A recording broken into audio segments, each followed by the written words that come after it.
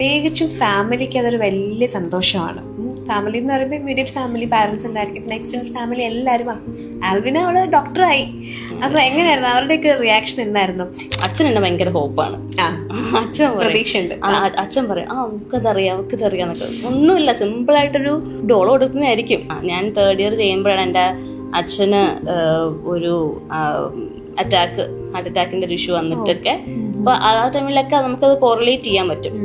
So അത് അങ്ങനെയുണ്ട്. ഇതല്ലാണ്ട് വേറെ ഫാമിലി മെമ്പേഴ്സിന്റെ കുഞ്ഞു പനി, ചുമ, റിസൾട്ട് നോക്കല്, അതാണ് നമ്മുടെ മെയിൻ സംഭവം. റിസൾട്ട് നോക്കുക. ഇവര് എന്ത് റിസൾട്ട് വന്നാലും ഫാമിലി ഗ്രൂപ്പിലിടും. ഇന്ന ആൾ നോക്ക്, ഇത് നോക്കുക. നമ്മൾ ആക്ച്വലി കുറെ ഒക്കെ ആകുമ്പോഴേക്കും ഹെൽപ്ലെസ് ആയി പോകും.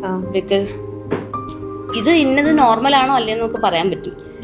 ഒരു പോയിന്റ് കഴിയുമ്പോൾ നമുക്കത് അറിയില്ല. കാരണം നമുക്ക് അതിന്റെ ഹിസ്റ്ററി ഇല്ല, അതിന്റെ ഒരു ക്ലിനിക്കൽ കോറിലേഷൻസ് ഇല്ലാണ്ട് നമുക്കൊന്നും ഒരിക്കലും ഒരു ഡയഗ്നോസിലേക്ക് എത്താൻ പറ്റും. ഇവരെ സംബന്ധിച്ച് ഒരു പേപ്പർ തന്നു, ഡയഗ്നോസിസ് ഇപ്പത്താ.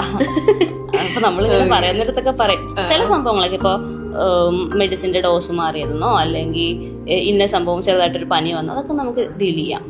അല്ലാത്ത സമയത്ത് ബിക്കോസ് നമ്മൾ എവർ ഇവോൾവിംഗ് ആണ്, നമ്മൾ ഇങ്ങനെ ഗ്രോത്ത് ഇങ്ങനെ ഓരോ സ്റ്റേജിൽ വന്നുകൊണ്ടിരിക്കുക. അതിപ്പോ എവിടെ എത്ര ലെവൽ എത്തിക്കഴിഞ്ഞാലും വി ആർ സ്റ്റിൽ ഗ്രോയിങ്.